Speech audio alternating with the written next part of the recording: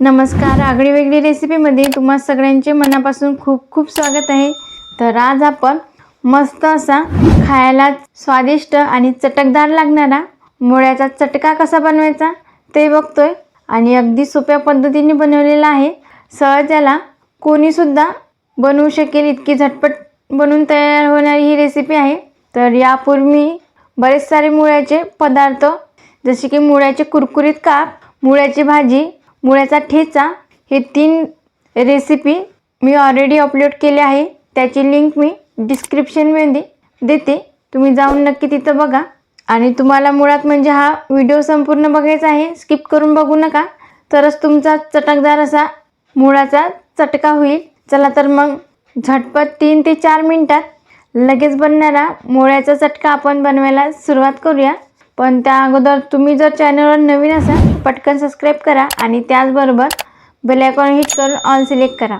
चला तर मस्त अशी चमचमीत रेसिपीकडे वळूयात। आपण इथे मुळ्याचा चटका करण्यासाठीचं साहित्य पाहूयात। तर इथं मी अर्धी वाटी चणा डाळ 2 तास पाण्यात भिजत ठेवली होती आणि यातील संपूर्ण पाणी निथळून काढलं। याला हरभऱ्याची डाळ असे म्हणतात। बघा छान अशी टपोरी फुलली आहे। अर्धा चमचा आपल्याला जिरे लागेल, अर्धा लिंबाचा रस लागेल आणि इथे 3 हिरवी मिरची बारीक कट करून घेतली, अर्धा चमचा हळद, चवीनुसार मीठ, अर्धा चमचा मोहरी, थोडीशी कोथिंबीर आहे आणि 1 चमचा साखर। आणि बघा इथे मी 1 मुळा स्वच्छ धुवून जाड छिद्राच्या किसणीवर हा छान असा किसून घेतला आणि नंतर मग यातील पाणी असं छान असं पिळून घेतलं। तुम्ही बघू शकता मस्त असा हा मोकळा झाला आहे मुळ्याचा किस। आता आपल्याला मिक्सरचं भांडं घ्यायचं आणि यामध्ये आपल्याला ही चणा डाळ घालून घ्यायची। लक्षात ठेवा यातील संपूर्ण पाणी असं निथळून काढायचं आणि हिरवी मिरचीचे काप हे यामध्ये घालून घेते। तुमच्याकडे जर दगडी खलबत्ता असेल त्यामध्ये सुद्धा तुम्ही ही डाळ ठेचून घेऊ शकता, पण माझ्याकडे नाही आहे म्हणून मी मिक्सरला ओबडधोबड याचं वाटण करून घेते। आता मिक्सरला लावायचं झाकण आणि ओबडधोबड याची पेस्ट करून घेऊया। बघा इथे मिक्सरच्या भांड्यामध्ये मस्त मी चणा डाळ आणि हिरवी मिरची वाटून घेतली।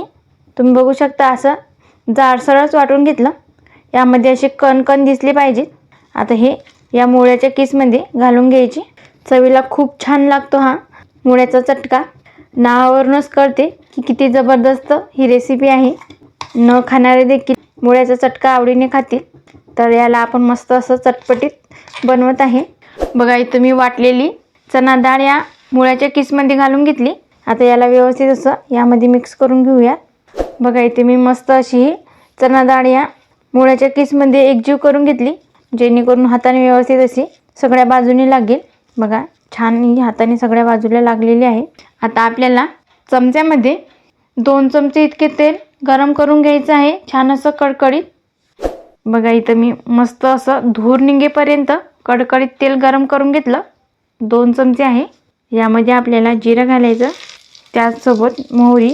बघा तुम्हाला आवाज येतच असेल, खमंग अशी फोडणी बसते। आणि इथे हळद घालून घेते। आता याला आपण हलकंसं थंड करून घेऊया आणि नंतर मग यामध्ये ही फोडणी घालून घ्यायची।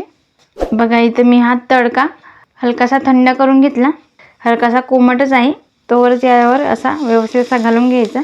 आता यामध्ये आपल्याला चवीप्रमाणे मीठ घालायचं, 1 चमचा साखर आहे। मुळ्याच्या किसमध्ये साखर घाल्याने कळवटपणा कमी होतो आणि उग्रवास देखील येत नाही। आता अर्धा लिंबाचा रस पिळून घ्यायचा। आता हे मिश्रण व्यवस्थित असं मिक्स करून घेऊया आणि यामध्ये लिंबाच्या जर बिया पडल्या तर ते काढून घ्यायच्या। बघा इथं 2 बिया पडल्या होत्या, ते मी काढून घेतल्या। आता याला आणखी व्यवस्थित असं मिक्स करून घेऊया। बघा इथे मी मस्त हे मिश्रण एकजीव करून घेतलं। आता यामध्ये आपल्याला कोथिंबीर घालून घ्यायची। बघा काय भारी दिसते, काय कलर कॉम्बिनेशन आला आहे, छान असं दिसत आहे। आता अगदी थोडीशी कोथिंबीर घालून घेऊया आणि तुम्ही बघू शकता इथं आपला चटकदार मुळ्याचा चटका बनून तयार आहे। आणि बघा मस्त असा चवीला खूप छान लागतो। तर मुळा न खाणारे देखील ही मुळ्याचा चटका आवडीने खातील। तर नावातच चटका आहे तर खायला किती भारी लागेल याचा विचार केला का तुम्ही? खूप अशी छान रेसिपी आहे, लहानापासून तर मोठ्यापर्यंत आवडीने हा मुळ्याचा चटका खातील तर तोंडी लावण्यासाठी बेस्ट असं ऑप्शन आहे. कुठल्याही भाजीसोबत आपण तोंडी लावण्यासाठी हा मुळ्याचा चटका घेऊ शकतो. खूप छान चव लागते, आंबट तिखट जबरदस्त अशी चव आहे. मुळ्याचा उग्रवास अजिबात येत नाही, त्याचा कडवटपणा देखील फार कमी होतो आणि चटपटीत असा बनवून तयार होते. अगदी 3 ते 4 मिनिटात ही रेसिपी बनवून लगेच तयार होते. तर तुम्ही सुद्धा ही रेसिपी एकदा नक्की ट्राय करून बघा आणि कमेंटमध्ये सांगायला विसरू नका की रेसिपी कशी झाली ते. तुम्हाला जर आजचा हा व्हिडिओ आवडला असेल तर लाईक करा, जास्तीत जास्त तुमच्या फ्रेंड फॅमिलीसोबत शेअर करा. तसेच आगळी वेगळी रेसिपीला सबस्क्राईब करायला विसरू नका आणि त्याचबरोबर बेल आयकॉन हिट करून ऑल सिलेक्ट करा, ज्याने का होईल मी छान छान रेसिपी अपलोड करेल त्याचे नोटिफिकेशन तुम्हाला येऊन जाईल. आज वेळात वेळ काढून तुम्ही ही संपूर्ण रेसिपी बघितल्याबद्दल तुम्हा सगळ्यांचे मनापासून खूप खूप धन्यवाद. अशी छान छान रेसिपी तुम्ही सुद्धा बनवून खात जा. भेटूया नेक्स्ट व्हिडिओमध्ये.